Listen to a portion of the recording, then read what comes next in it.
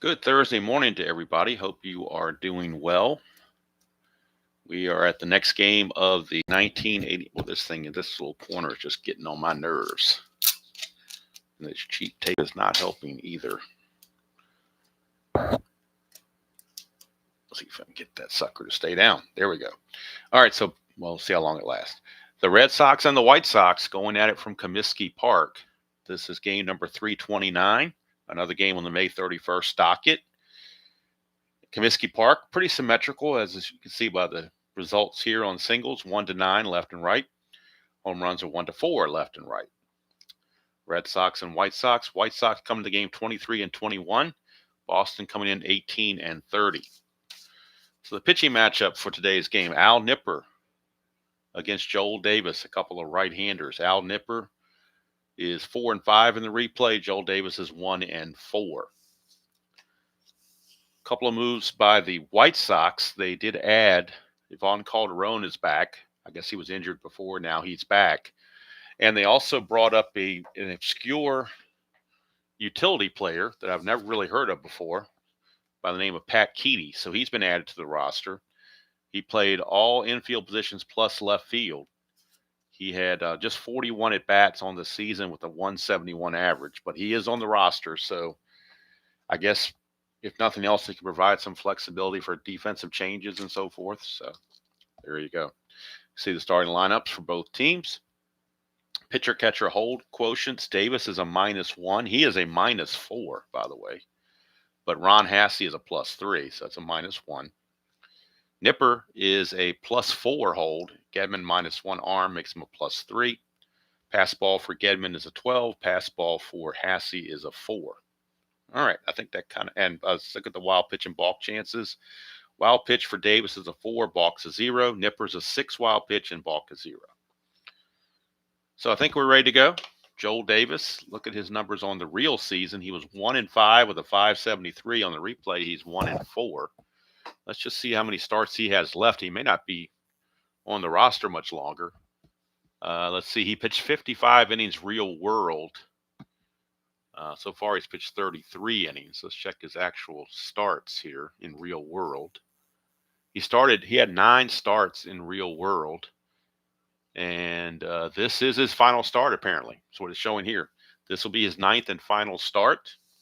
Now, he does have some relief work, so I imagine they just move him to the bullpen after this. So this will be his final start. He'll go to the bullpen before he gets probably sent to the minors later or whatever. But anyway, that's where he's at. On the replay, he's 1-4 with an 8.73 ERA. In the real world, he was 1-5 with a 5.73 ERA. So full 3 runs difference. 33 innings pitched, 50 hits, 13 walks, 11 strikeouts. So the Red Sox should be able to feast on this. And Ellis Burks will do the leading off for the Red Sox. He's hitting 228 on the replay, 4 homers, 10 driven in. He had 272 real world. So a little bit of struggle here. And good morning, Tribe fan. Good to see you. And, of course, Jeffrey's not here, or at least not in the comments yet, but that's good coffee. Got to have the coffee. All right, so Ellis Burks will be leading things off. 3-4, and that's going to be a strikeout. So Ellis Burks with the K to start the ball game. And Joel Davis will probably be better served to live off the batter cards as much as he can. Here's Marty Barrett. Barrett on the replay hitting 308. No homers, 8 driven in. He had 293 real world. That's a 111, and that's a ballpark single check, which is a 1-9. That's a 14. So that will be a liner to short for out number 2.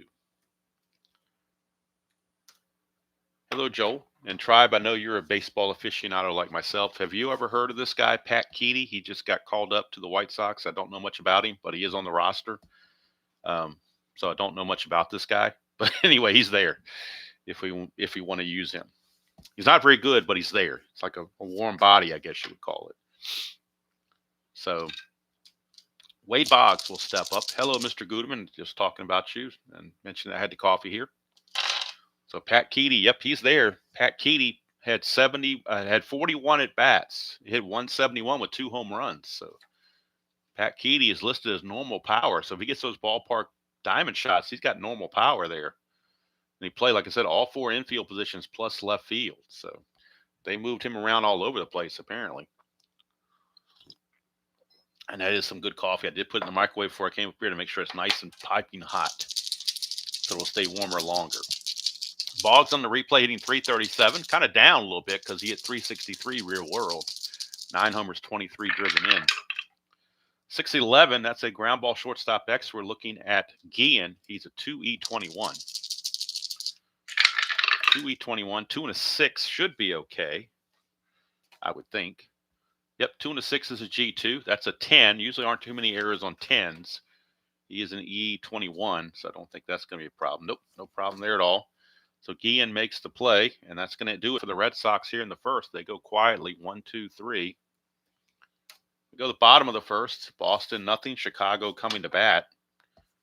And right-handed junk baller Al Nipper on the mound. Real season, he was 11 and 12 with a 543 earned run average. On the replay, he's 4 and 5 with a 586 earned run average. 63 and he's pitched 78 hits, 22 walks, and 45 strikeouts. So Al Nipper will be facing off against Darryl Boston, left fielder. Boston on the replay hitting 301, 5 homers, 16 driven in. He only hit 258 real world, so he's doing much better. 2-6, and that's going to be a strikeout, so he's not doing better yet. Not in this game anyway. Al Nipper was his collection of junk, just fooled Boston there. Here's Jerry Royster. He's now at second base in this one. He's hitting 327 on the replay, 2 homers, 6 driven in. He had 265 real world. It's a 310, and that's going to be a fly ball to left field. Jim Rice will haul it in, 2 down. And tomorrow, the final game of the May 31st block in the American League, we will be in Kansas City for the Texas Rangers and the Kansas City Royals. Ed Correa against Danny Jackson is your pitching matchup. Then Saturday, we will have the National League game, which will be Cincinnati and Pittsburgh from Pittsburgh. Ted Power against Doug Drabeck. Here's Harold Baines, 298, 1 homer, 11 driven in. And actually, it's interesting his last name is Baines because for people who question Hall of Fame inductions, he's the bane of a lot of those people because he's one of the first names that comes up when you say who doesn't belong, and he's one of the top on the list. 298 average, a homer, and 11 driven in. 6-8, and that's a walk actually against Nipper. So Nipper issues the 2-out walk to Baines, but he's no threat to run. Yeah, Keedy didn't do much, did he? I guess you don't remember him for the Cleveland Indians either, huh? I guess he was a probably career AAA guy that got a cup of coffee once in a while. All right, here's Greg Walker, 237 average, 4 homers, 19 driven in, 256 the real world. Sometimes they used to call them 4A players. They were like kind of AAA. I wouldn't say they're too good for AAA, but they kind of did, proved had nothing else to prove in AAA, but they couldn't quite make it up to the major leagues. I know when I was growing up, younger, I mean, not necessarily growing up, but younger, the Braves, Atlanta used to have their AAA team here in Richmond, and there was a guy named Damon Hollins who was a good outfielder, and he played for Richmond for probably 3 or 4 years and always hit about 290 and did really well. Just couldn't quite make it up to the he may have had a cup of coffee with Atlanta at one point. I don't remember. But he just never quite was able to get over that hump. Another guy I could think of more recently than that from Atlanta is Brad Kaminsky. He was supposed to be like the next Dale Murphy, and he tore it up in AAA. Just couldn't quite convert that to the major leagues. I know Kaminsky also played for Cleveland at one point too. But when he came up, he was a hot shot prospect for Atlanta. All right. And I saw him in AAA, and he was awesome. But that's AAA and Major League, obviously world of difference there. All right, here's Walker, 237 average, 4 homers, 19 driven in. Hit 256 real world. First havoc roll of the game, nothing happening. 112, and that's going to be a foul out to Rich Gedman to end the inning. So nothing for the White Sox, just a walk, and that's it. Just a walk in the park, so to speak. because we are at Comiskey Park. So I guess you could technically say it's a walk in the park. Here comes Joel Davis. And boy, I got 2 pieces of tape here and it's still not holding that thing down the way I want it to. All right, here's Jim Rice. Rice is hitting 299 on the replay, 4 homers, 22 driven in. He hit 277 real world. 1-9 for Rice, and that's a single. Leadoff single for Rice. And now this has gotten me curious. Now I want to look something up here real quick before we keep going. I just want to see if he ever made it to the major leagues. So I don't know that he ever did. I thought he might have, but I'm not 100% sure. Where is he at here? Hollins.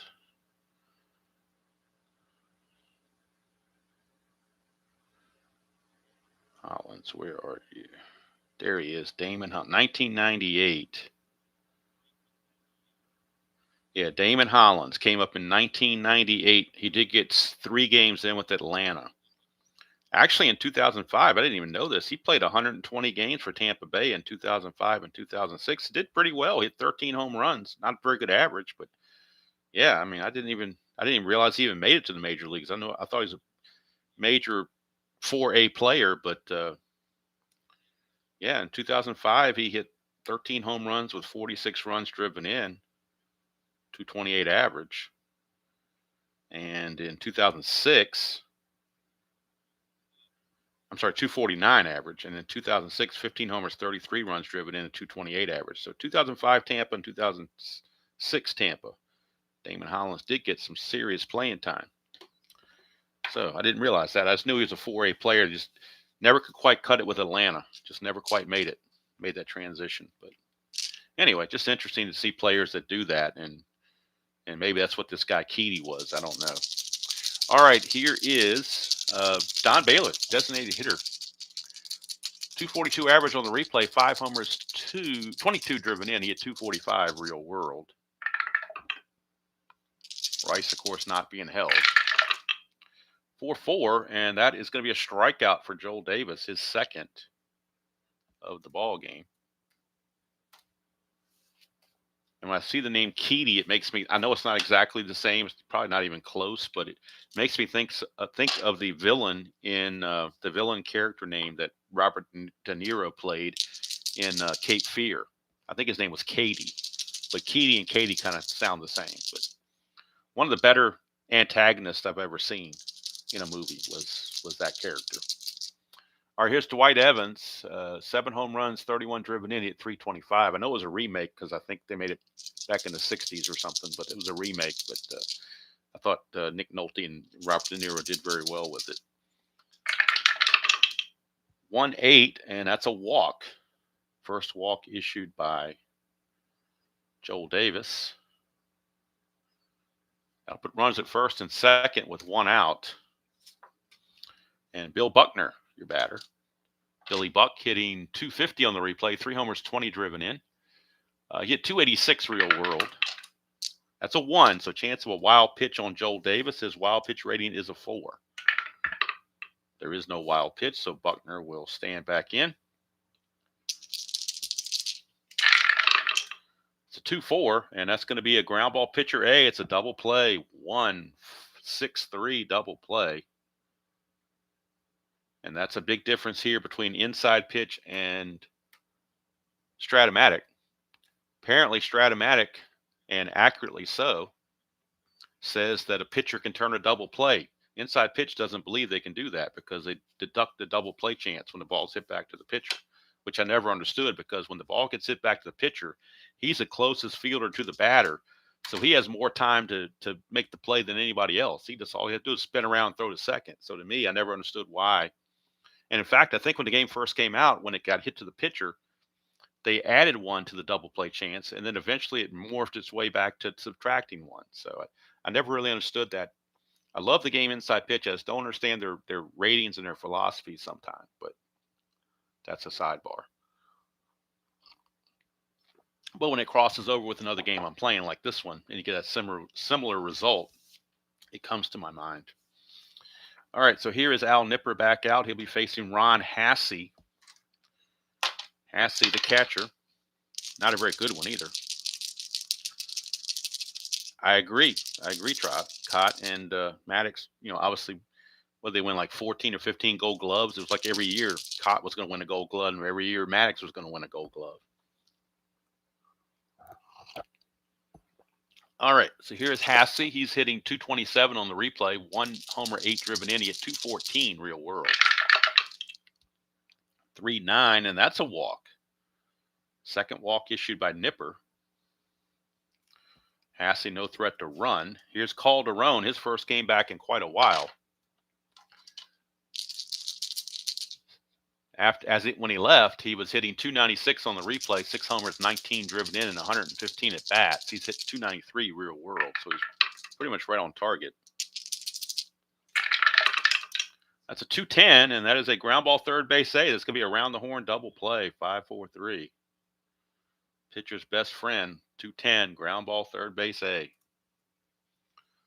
It's a Boggs to Barrett to Buckner, the 3 Bs. Take care of it. Not exactly the killer bees, but they killed the rally there with a double play, that's for sure. Here's Tim Hewlett. Hewlett hitting 224, 4 homers, 15 driven in on the replay. Hit 217 real world. Nipper 5-7, and that's a ground ball second base X. We're looking at Barrett. He's a 2-E11. Is Barrett 2 and an 8? He'll get to that. E11 and an 11 for a second baseman. E11 and an 11. There's no 11 there, and the 2 and the 8 is a G2, but nobody's on base, so it doesn't matter. It's going to end the inning.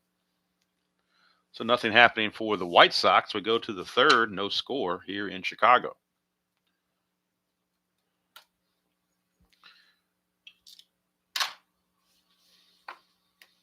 And I don't usually like to get on sidebars while I'm doing a replay like this, but sometimes I guess it's just naturally germane to the flow of the game, where you start talking about some things that maybe don't apply particularly to this game, but just or baseball in general. Sometimes that can spark conversations. All right, here's Rich Gedman, catcher. He's been struggling, only a $148 on the replay and 54 at bats. No homers, 5 driven in. He only hit 205 real world. 5-6, and that's a ballpark blast.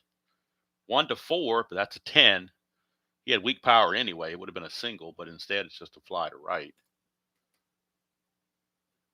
And Mr. Calderon will haul that in. 1 away for Spike Owen, the shortstop. Owen hitting 205 on the replay. 1 homer, 3 driven in. He had 259 real world. 2-8, and that's a pop-up to first. Greg Walker will field it in fair territory. 2 down. Back to the top for Ellis Burks. Struck out his first chance. 5-8, and this time he'll fly it to left field, where Darryl Boston will put it away. So Joel Davis making the most of his last start of the season. 3 shutout frames. He's got a fatigue of 5, so he's in good shape for a while. Al Nipper has a fatigue of 6. But Nipper is a only starter, whereas Davis does both. So Davis will be relegated to the bullpen after this start for the rest of his season. Here's Ozzie Guillen. He's hitting 282 on the replay, a homer and 16 driven in. He hit 279 real world. 211, and that is a pop out to Marty Barrett. 1 away. Boy, a 210 would have been a home run, but coulda, woulda, shoulda, as they say. It'll just be a pop out to second. 1 away for Ken Williams, center fielder. He's hitting only 107 and 28 at bats. He did hit 281 real world, so he needs some more time. You can't really judge it on 28 at bats. 3-5, and he will fly to left. That's 2 down. Rice puts it away. Back to the top of the order for Darryl Boston. Thought there'd be more runs than this. Of course, we still got 6 innings to go. 3-5 to ground out to Barrett, and that's going to end the inning. So 3 innings in the books, and we got nothing going on. No score here from Comiskey. Top of the 4th we go. Now the heart of the order is up for the Red Sox. Barrett, Boggs, and Rice. So perhaps they can get something going and give the scoreboard company. Right now we've got Zip Zip. Hello, Dr. D. Good to see you. Another sip of coffee while it's still warm. And Jeff, that is definitely good coffee. No question about it. All right, here is Marty Barrett. 2-4 for Barrett. He's going to pop it up to third, and Hewlett will haul that in, one away. Brings up Wade Boggs. 111 for Boggs. That's a solid single. Doing Wade Boggs things. Just getting singles here and there. Or left and right. Here's Jim Rice. Boggs, that's a 1. So Joel Davis's wild pitch rating again is a 4. And there is no, it's a 5. There's no wild pitch. Hassey just blocks it. One away, and here's Rice for 10, and that's a ballpark single check. 1 to 9, that's a 4. So Jim Rice, 2 for 2. And the Red Sox have runners at first and second. Nobody, only one out, rather. And designated hitter Don Baylor stepping to the plate.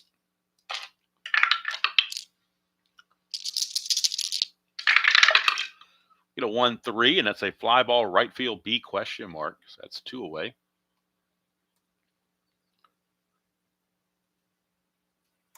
Two down, and that will bring it to Dewey Evans. In the clutch, first clutch at bat of the game for either side. And the clutch situation for Evans is he gets a hit on 210. Everywhere else he is neutral. Hello, Mike. Good to see you. Good morning to you. That's a 3-7, and he's going to draw a base on balls. So that'll load the bases. Bases are loaded full of Red Sox. And it's going to be Billy Buck in the clutch. Billy Buck in his clutch rating gains a hit on 3-5. And that's pretty, and 112. So we've got 2 spots where he can get the hit. Buckner hit into a double play his last time.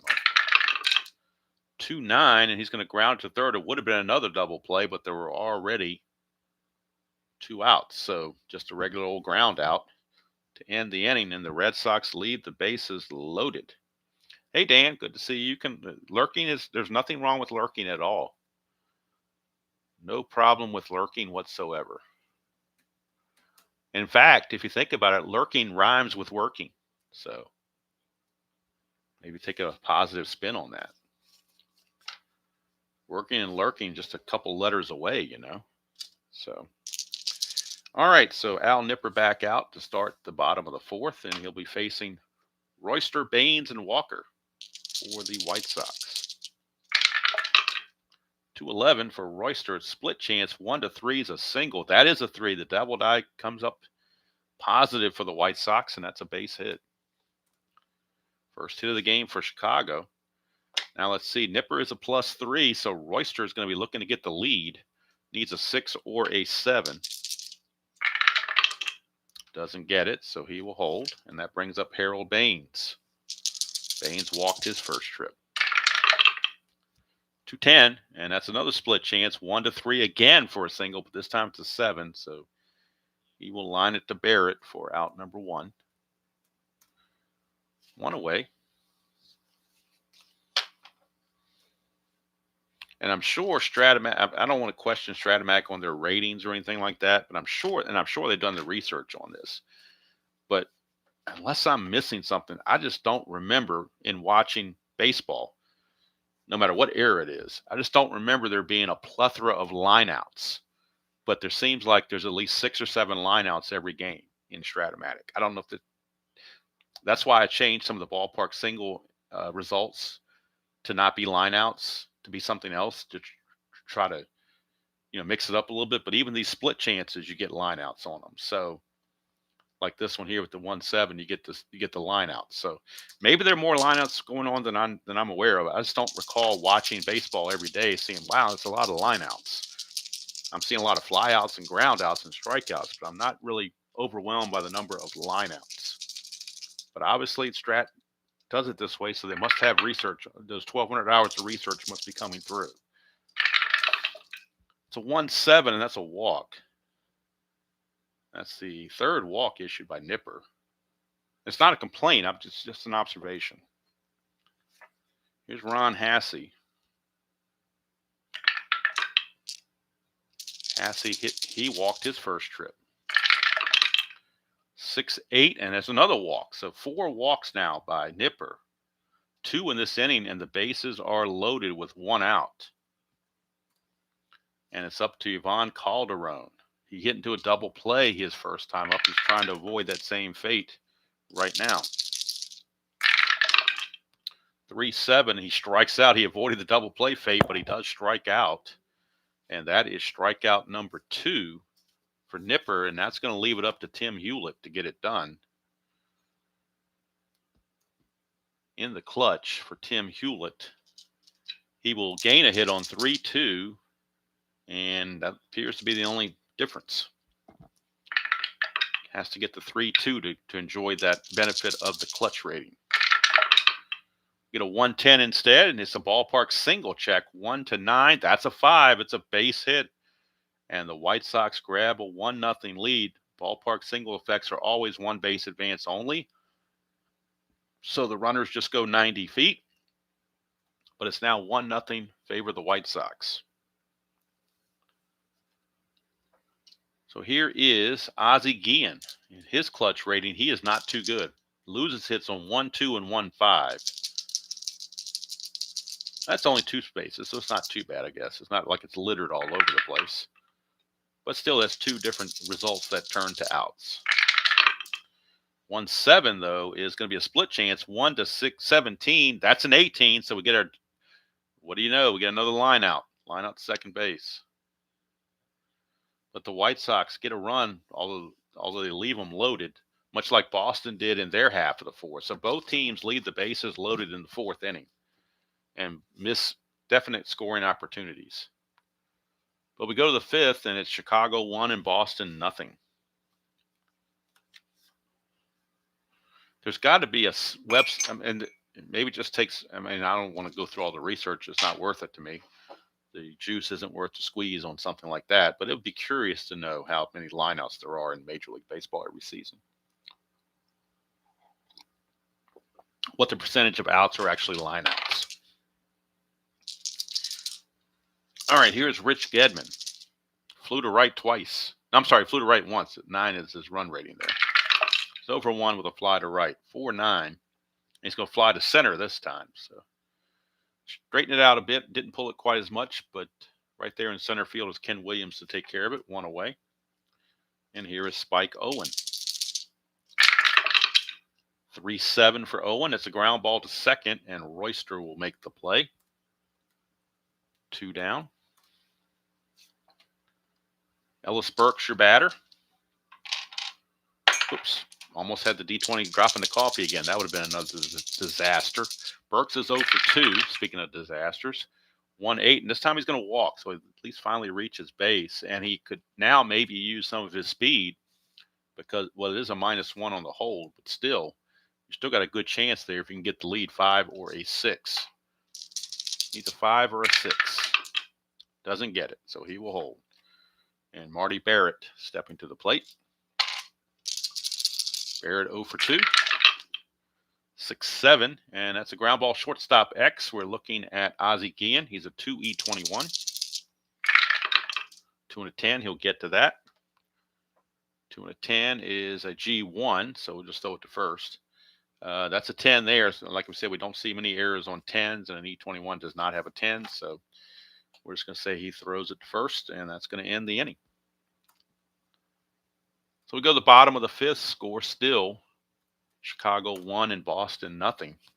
That was the fatigue inning for Davis, but he only gave up 1 walk, so he has enough fatigue to go into the 6th inning, which he will do.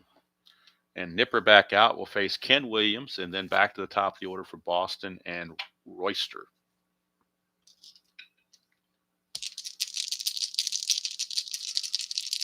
Yeah, actually, it would be interesting to I don't know if we can sort stats that way or not, but it would be kind of interesting just to find out.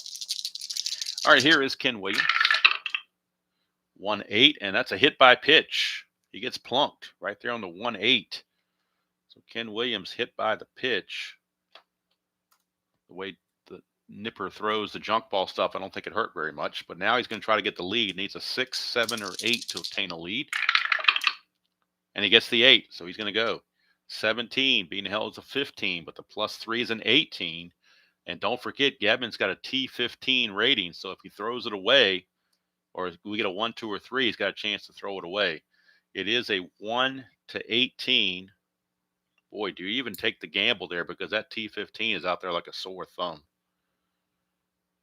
Man. All right, they're going to throw it. They're going to throw it second anyway. Take the chance. And 16, he's safe, so they didn't have a throwing error, but he is safe thanks to that +3 hold rating. So Williams does get the steal. Fortunately for Boston, Gedman didn't throw it away. But he's at second base with nobody out for Darryl Boston. 4-3, left-handed. Ground ball pitcher X, that's Nipper. Nipper is a 2E17. 2E17 for Nipper. 2 and a 19, that's a G1. Which means the runner will hold. That's an 11, and he is an E17. There's an 11 right there on the E17. There it is, 11. And Nipper is an E17. So 17 and an 11 right there for a one-base error on Nipper.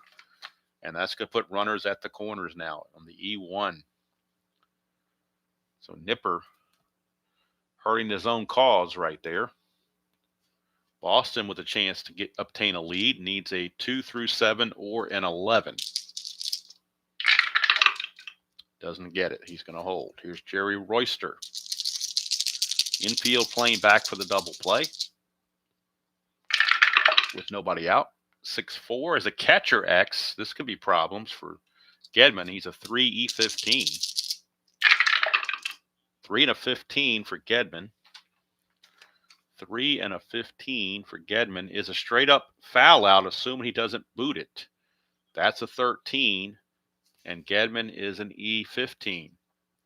E15, you got lucky. There's no 13 there, so it's just going to be a straight up foul out to Gedman. Got fortunate there was no pass ball to worry about, no wild pitch, nothing like that. Didn't make the error. So now with one out, a double play will get him out of the inning, and it's Harold Baines stepping to the plate. Nipper could use that double play right about now. 3-5. Instead, he walks Harold Baines, and that will load the bases. So Baines, with the base on balls, will load the bases. And that will flip it over to Greg Walker. Bases loaded, only one out, so it's not a clutch situation just yet. But it might be a clutch situation for Nipper because he needs to avoid giving up much of anything. Anything more than one run, they're probably toast. So he needs to minimize the damage pretty quickly. Infield back for that double play again.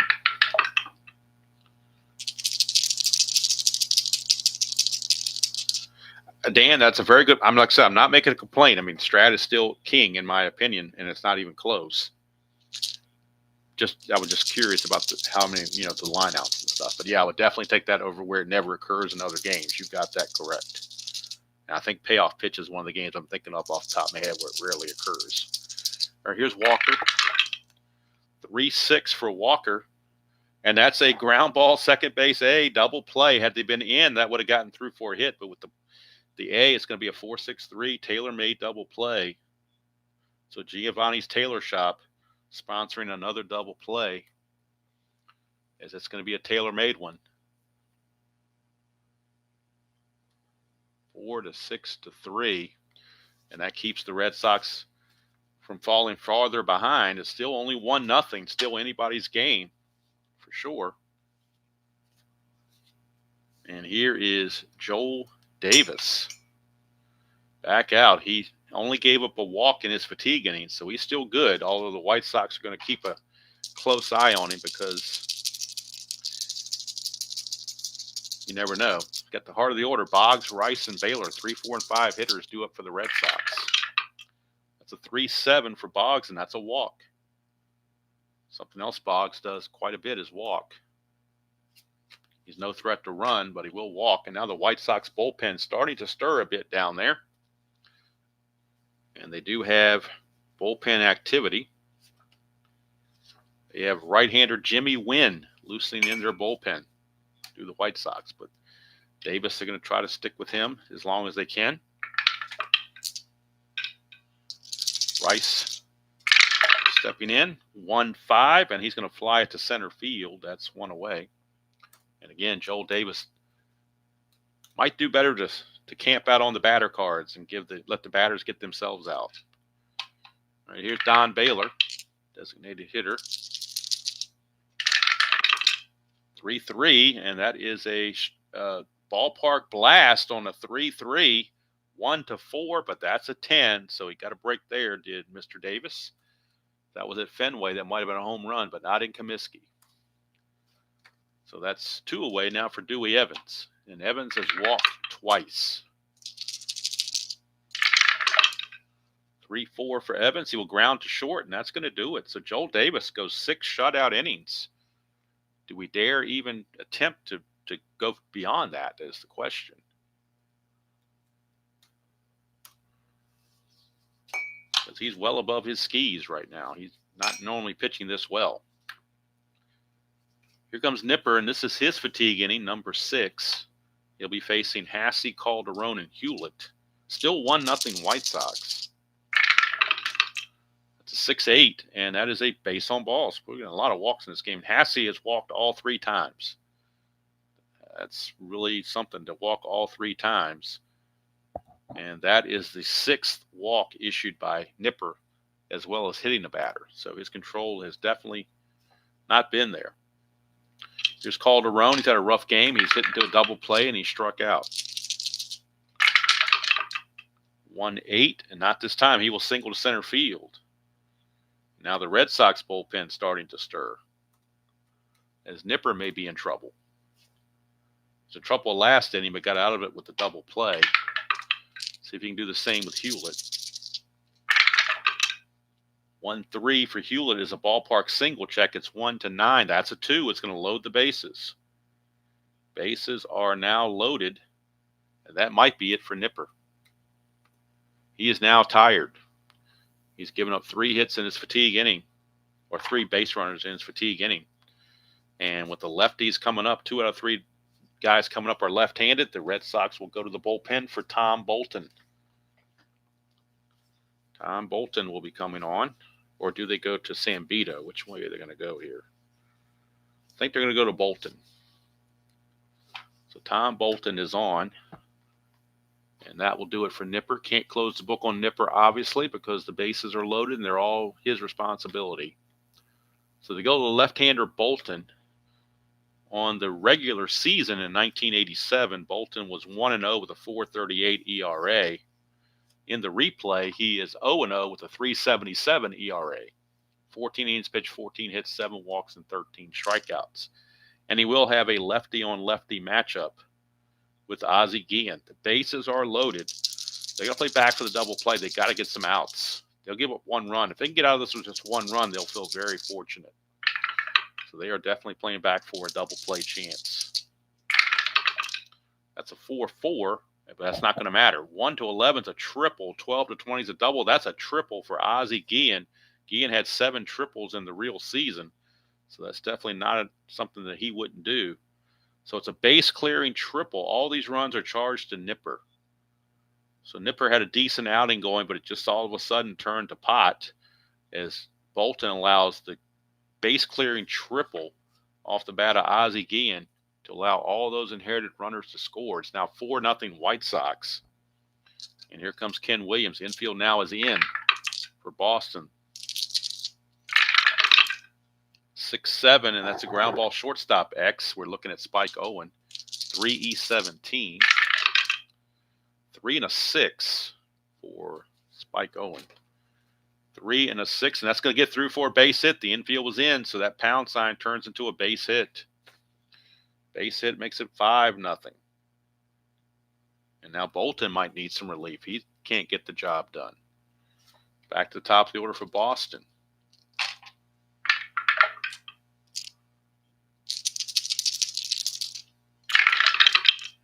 6-10, and that is a ground ball third base X. Let's see if Boggs can get it done.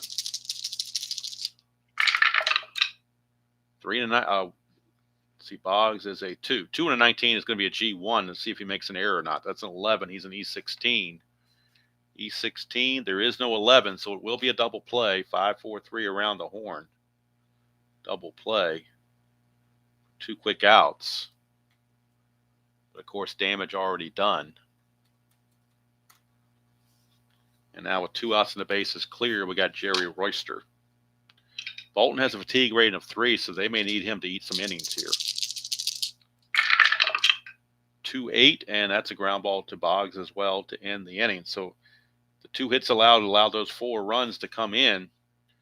So Nipper is going to be charged with 5 earned runs in his outing.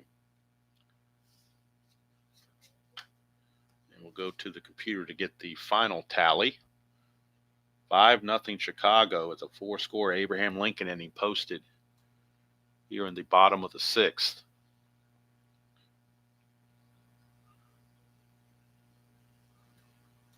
So we'll go to the computer and get those numbers. Davis is going to hang in there for 1 more inning.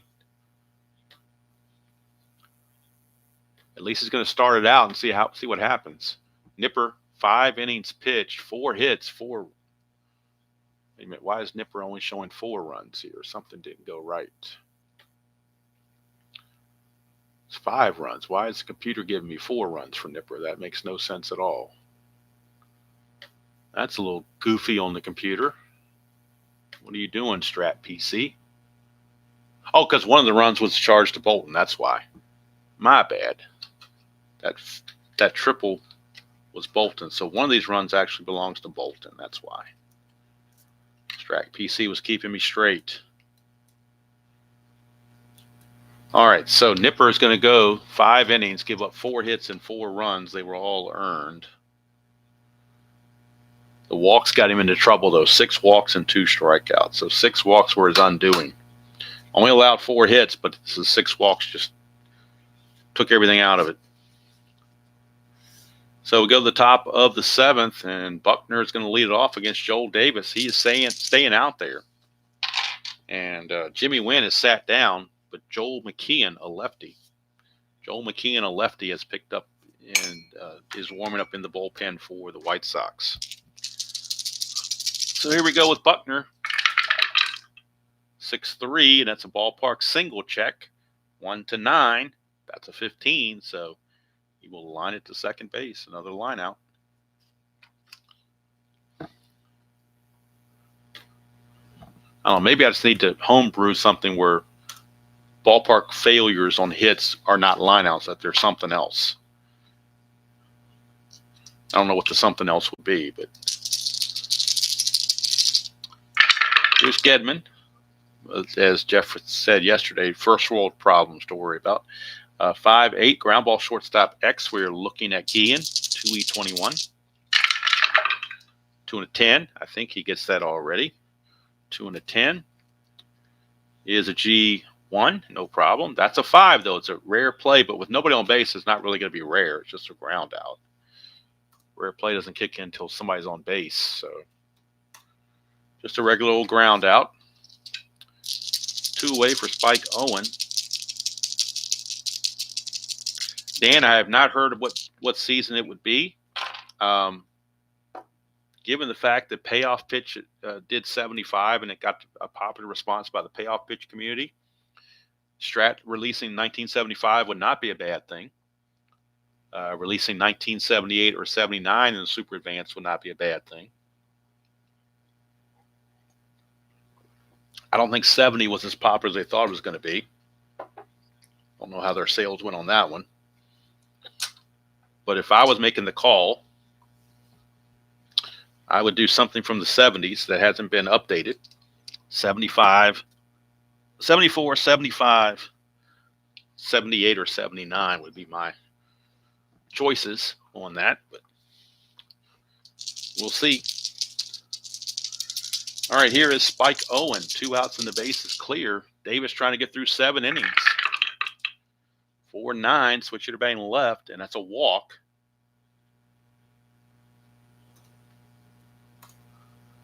And that'll take us to Ellis Burks. A lot of walks for Davis, too. He has walked 5. So a lot of walks in this game. 11 total walks in the game in just barely 6.5 innings. Here's Burks. Owen not being held on. 5-7, and that is a ground ball second base X. Since they weren't holding him on, that means second baseman Royster will keep the 4E34, even though it's not very good to begin with. But it's better than a 534. So 4-18, though, he catches a break. 4-18 is a G1. So that's an 11, and he is an E34. E34. There's a 12 and 14, but no 11. So Royster catches a break and makes the play to end the inning. And how about that? Joel Davis is going to go 7 shutout innings on the Red Sox. Wow, amazing. So we'll get the numbers on Davis to complete his day. And obviously gave the White Sox more than they could possibly have hoped for in this ball game. So his final numbers: 7 innings pitched, just 3 hits, no runs. He did walk 5, and he struck out 2. Chance to improve that record to 2-4. So that would be something. So we go to the bottom of the 7th. It is 7th inning stretch time, which means I need to heat my coffee again.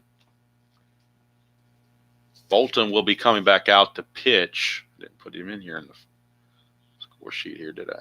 Bolton is coming on to pitch again for a second inning. He's a -1, so it's a -2. And the new pitcher for the White Sox is going to be Joel McKeon, a lefty. So Harold Baines will get the call to start the bottom of the 7th when we come back. Of course, I need to refresh the coffee and top it off perhaps, so we can finish these last couple of innings. And in the back of my mind, I'm thankful that we're not doing a doubleheader today. That was kind of a long one yesterday. It was almost I think it was about a 3-hour stream because the first game went extra innings and all that. So, all right, so it is 7th inning stretch time. Time for Take Me Out to the Ball Game. And time for me to get the coffee all warmed up.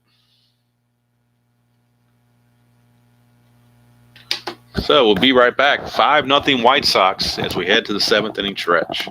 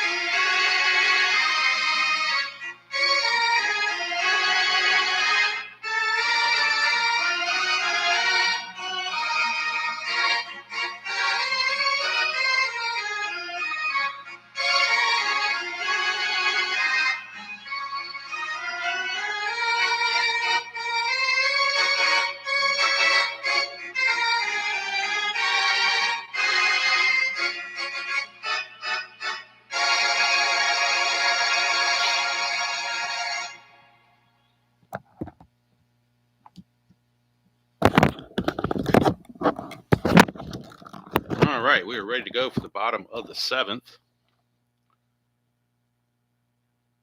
And leading things off will be Harold Baines against Bolton. Lefty on lefty matchup. Back with rejuvenated coffee. I didn't refresh it. I just heated up what I had.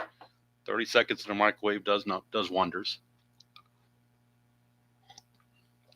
And we are ready to go. 5-11, and that's a ballpark single check. 1-9, but that's an 11. So yet another line out. Line out to second base. Part of me wants to keep all these lineouts and just see how absurd the put out totals are for shortstops and second basemen. All right, here is Greg Walker. Of course, I think Jeff one time did where you line it to first and line it to third to kind of mix it up a bit, but I guess in the end it really doesn't matter. Walker 4-8, and that's a single. His first hit of the game for Greg Walker. He gets the single, and here comes Tim Hewlett. I'm sorry, not Hewlett. It should be Calderon. Why do I have... Oh, it should be Hassey. What am I doing here? This guy's got it all out of order. So the Red Sox bullpen, right-handed action in their bullpen for the Red Sox. And they do have Wes Gardner loosening in the bullpen. He may be coming in to face these right-handers in just very shortly. But right now, Ron Hassey is your batter with Walker at first, not being held.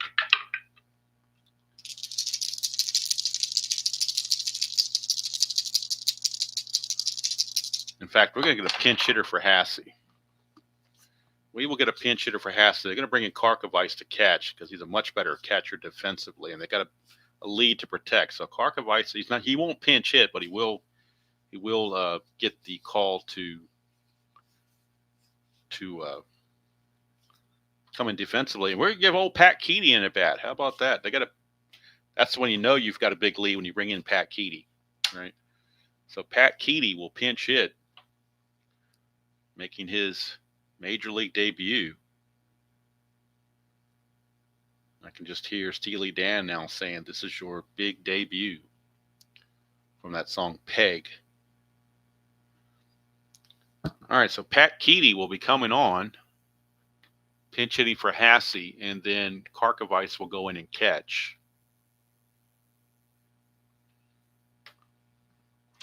So Keedy getting his major league at bat.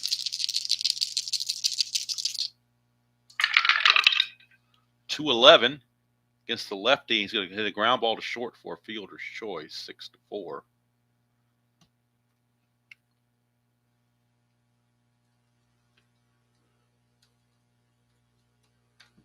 Six to 4 on the ground out. 2 away. And that's it for Keedy. But he's at first base, actually. He will not be held. He doesn't run well. No threat to steal, I should say. And here's Calderon now. They're going to go ahead and let Bolton probably try to finish this inning, I assume. Here's Calderon. 6-10, and that's a fly ball center field X. We're looking at Burks. He's a 2E5, which you would think would end the inning, but you never know. 2-19. Well, that's a rare play, but there's already 2 outs, so I'm not sure it's going to factor into this. 2-19 is obviously good. It's a F3. So we look at the F3 rare plays, but with 2 outs already, I'm not sure that's going to make a difference here. Yeah, this says with less than 2 outs. The fielder thinks it's, throws the ball in the stands or whatever. But in this case, it's the 3rd out, so it's simply a fly to center, and that's going to end the inning. So actually now Bolton will actually stay in and pitch the rest of the game. No use using Gardner when you don't, it doesn't really matter. As long as the score stays 5-0, there's not a whole lot to go on there. So Karkovice is your new catcher. So we'll bring Karkovice into the game. He will catch here in the 8th inning. Little Karkovice. And Joel McKeon is your new pitcher. Left-hander. 0 hold. Karkovice, his throwing arm is excellent. Well, pretty good anyway, -2. So nothing wrong with that. Not that the Red Sox would run down 5-0, but still nice to have it. So top of the 8th, Karkovice comes in to catch, and coming in to pitch will be Mr. McKeon. See the numbers on McKeon on his card. He was 1-2 with a 9.43 ERA and 21 innings pitched. On the replay, 0-0 with no saves and a 10.54 ERA. 14 innings pitched, 23 hits, 7 walks, 11 strikeouts. And he's going to start out facing Barrett, Boggs, and Rice for the Red Sox. That's a 1-4 for Barrett. A split chance. 1 to 5 is a single. That's a 16, and yet another line out. Line out to short. One away. And here's Wade Boggs. 110 for Boggs is a solid single to right field. He's 2 for 3. That brings up Jim Rice. 2, chance for a balk or pass ball. He has no balk rating, but in the pass ball rating on Karkovice is, I got to find out. It's on the computer. So let's see what the pass ball rating is on Karkovice. If we need a pass ball check, is a 4. All right. So if we roll a 2, or we rolled a 2, if you roll a 1, 2, or 3, don't have to worry about it. 4, 5, or 6, it's a pass ball check. And it is. So his pass ball is a 4. And no pass ball. So Rice steps back in.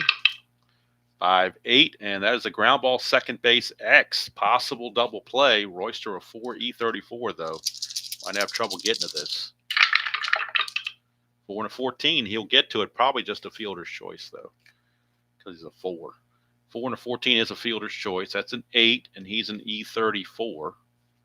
E34. There's no 8 there, but it won't be a double play. It'll simply be a 4 to 6 fielder's choice.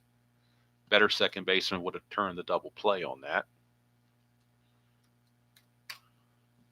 So 2 outs now, and that brings up Don Baylor. Rice at first, of course, not being held. That's a 5-4, and that's a catcher X. We're looking at Karkovice. And Karkovice, as a catcher, is a 2E11. So he's a 2E11 as a catcher. 2 and a 1. That's going to be dribbled out there for a base hit, I believe. Yep, W/S, unless there's a wild pitch or something that happens in between. That's a 13, and he's an E11. There is no 13 there, so W/S. And it says here, with runners on base, a wild pitch, so it won't be a single. It'll be a wild pitch instead. So the single does not take place. It's simply going to be a wild pitch by McKeon, with Baylor still at bat. Now in scoring position, though, with 2 outs. 2-9, and that is a fly to center to end the inning. So Joel McKeon pitches a scoreless 8th. Red Sox anemic offense, still anemic. And we go to the bottom of the 8th. Bolton just going to try to finish out the game and keep the Red Sox from having to use any more bullpen arms. They've already used a bunch the other day, so they're trying to get some guys some rest. Here's Hewlett, 2 for 3. 310 against the lefty as a fly to center. That's 1 away. 1 down for Ozzie Guillen. 2-9, and that's going to be a 1 for a double. Anything else will be a single. So Ozzie Guillen, 2 for 4. Had that big triple back in the 6th inning. Up 5-0 in the 8th inning. They're not going to try to run, so they'll hold him on, but he's not going to try to steal. Here's Ken Williams, 5-8, and that's a strikeout for Bolton. 2 down. Back to the top of the order for Darryl Boston. Doesn't face lefties that much, but he'll face one here. They like his defense, so they're not going to pinch hit for him. That's a 3-7, and that's going to be a strikeout to end the inning. So we go to the 9th. Last chance for the Red Sox. 5-0 the score. Bolton goes 3 innings. Get the full numbers on Bolton just to clean up his results for the game. He goes 3 innings, gives up 1 run, which was earned, 4 hits, and no walks, 2 strikeouts. So the no walks certainly helped his cause. So a pretty decent outing for Bolton. He'll have to rest in the next ball game for the Red Sox. He won't be available for their next game after pitching 3 innings. So McKeon now will try to finish things out best he can. 5-0 lead. It's obviously not a save situation. So let's see if we can get this more over this way, perhaps. So Dewey Evans will lead things off. It'll be Evans, Baylor, and Buckner, unless they pinch it for Buckner. It's 4-6, and that's a strikeout for McKeon. One away. Brings up Mr. Buckner.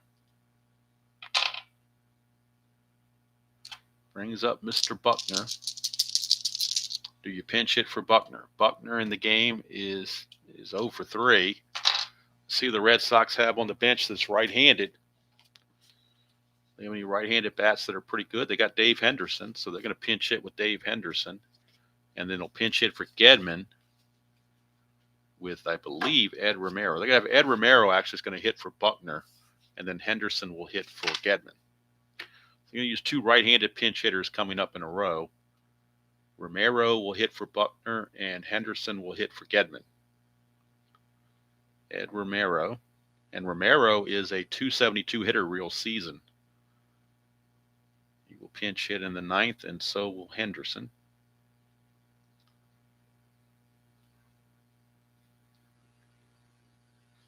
So we go to the Strat computer and bring in the first pinch hitter, Ed Romero. And on the replay, Ed Romero is hitting .309. No homers, 9 driven in. He had .272 in the real season. So he does here against McKeon, 4-9. Ground ball shortstop X, we're looking at Guillen, 2E21. 2E21, and we're looking at a 2 and a 17. That's good all day long. In the 10, there's no problem with the 10, so good play there. 2 down, and it's all up to Mr. Hindu, Dave Henderson. Dave Henderson, the last hurrah for the Red Sox. Henderson on the real season hit .234. He did have 8 home runs. Let's see what he's going to do here in place of the weak hitting Gedman. See what Henderson's doing on the replay so far. He is hitting .227, 7 home runs, 21 driven in. That's a 6-6 for McKeon, and that's a 1-9 triple. 10-20 is a double. That's a double for Dave Henderson, a pinch hit double for Hindu. Extends the game one more batter to Spike Owen. Owen's a .259 hitter. That's pretty much better than what they got on the bench, so they will let Spike Owen hit. He's 0 for 2 with a walk. McKeon to Owen. That's a 5-7 right switcher batting right-handed. 5-7. It's an in-home run chance. 1-17. That's a 2. He has weak power, but it will be a single 2 stars, and they do get off the schneid and at least put a run on the board. 2-out single from Spike Owen cuts the lead to 5-1, and that brings up Ellis Burks. Bob James starting to stir down the White Sox bullpen just in case, but they really prefer not to have him toss at all. They'd rather have him have the game off. But we'll see what happens. Ellis Burks, 0 for 3 with a walk. 6-5, but that's an in-home run chance straight up on the 6-5, and he has normal power. It's gone. Ellis Burks, a 2-run home run, and all of a sudden here in the 9th inning, the Red Sox have come alive with 3 runs. A 2-run shot from Burks. 6-5 was that in-home run chance straight up, and he has normal power. So that is gone. Jeffrey could say it was clean as a baby's ass. Burks with a home run, his 5th of the replay.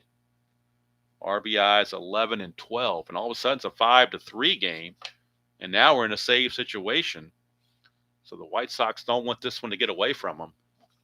So they're going to have to bring in Bob James because they just don't want this thing to implode on them.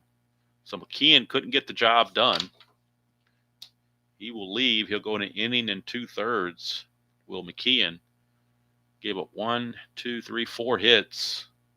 So far, 3 runs, but he's done. He's not responsible for anybody now. 3 runs, all earned. And let's see, he walked nobody and struck out 1. So coming on now is Bob James, their closer.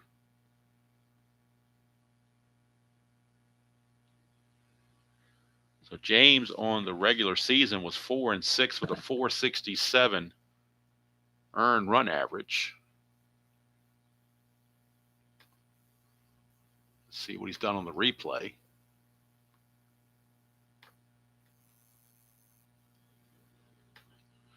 All right, so he's 4-6 with 10 saves and a 4.67 ERA. And in the replay, he's 1-1 with 6 saves and an ERA of 6.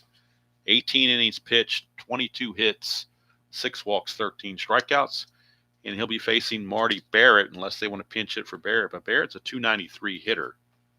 But you know what? They're going to pinch it for him anyway. They're going to go to Mike Greenwell, a lefty.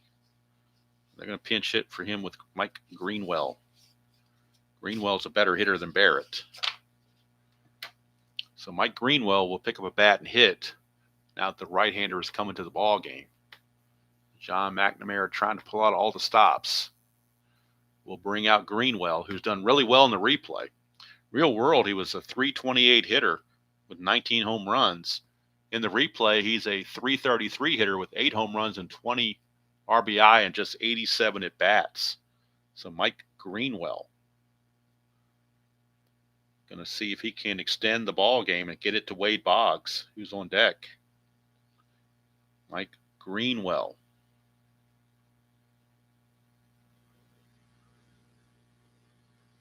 Mike Greenwell will pinch hit against Bob James. 4-9. That's a fly to left, and that's your ball game. So Bob James, a very easy 1/3 of an inning to earn what I would call a cheap save. But it is a 5-3 ball game. Final. And we'll go to the box score and get all the results based on this.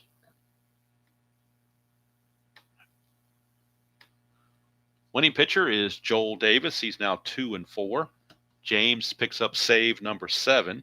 Like I said, a very cheap save. Just gets 1 out. Nipper drops to 4-6 with the loss. Totals 5 runs, 8 hits, and no errors for Chicago. 3 runs, 7 hits, and 1 error for Boston. Player of the game, if there is one, possibly Ozzie Guillen. He went 2 for 4 with 3 runs batted in. That base clearing triple, to me, makes Ozzie Guillen the player of the game. So little Ozzie Guillen will be the player of the game. I know there could be considerations here for Joel Davis going 7 shutout innings as well. So maybe you get a double player of the game. I don't know, but we'll give it to Guillen for now. So the White Sox, with that win, improved to 24-21. And what that does in the standings now is brings them just that much closer to the first place Oakland A's. The White Sox now are actually tied with Kansas City. They're both 24-21, a game and a half back. Now, Kansas City plays Texas tomorrow. If Kansas City loses, the White Sox will leapfrog them and go to second place. So we'll see how that plays out. And again, since this is the last day of the month in the season, after we play the game tomorrow, then over the weekend, I will do a video showing all the stats, the standings, the league leaders, all that stuff in the 87 replay, as well as play the Saturday game of the National League, which is going to be Pittsburgh and Cincinnati. So all that is ahead, but that's tomorrow. For today, thank you all for being here and spending part of your Thursday with me. I hope Kathy's doing all right. I haven't seen her for a couple of days. I hope she's doing all right. Maybe she's just busy doing stuff. I don't know. But hopefully she's doing well. Kind of miss her trivia questions. And just her general input. So that's going to do it from here. I'm not sure if I'm going to play a game tonight or not. I was kind of tired last night. I was working out in the yard, and I'll probably be working out in the yard again today. So I might just call it a night and but particularly I was tired as well from the doubleheader. That's what really got tired me out, I think, from playing. So we'll see how it turns out. But for sure, tomorrow morning around 9 o'clock, I will be back out. It's a little late this morning, but hopefully we'll be ready to play at 9 o'clock tomorrow morning. We shall see. Texas and Kansas City. We just take the score sheet and we flip it over, and then we're already. I got to put the ratings in for the players, but the skeleton portion of the score sheet is already completed. So that's going to be the game. Game number 330 will be tomorrow at Royal Stadium. Danny Jackson against Ed Correa. So that's going to do it from here. Until next time, enjoy playing whatever game you choose to play, however you choose to play it, and I will see you all down the road.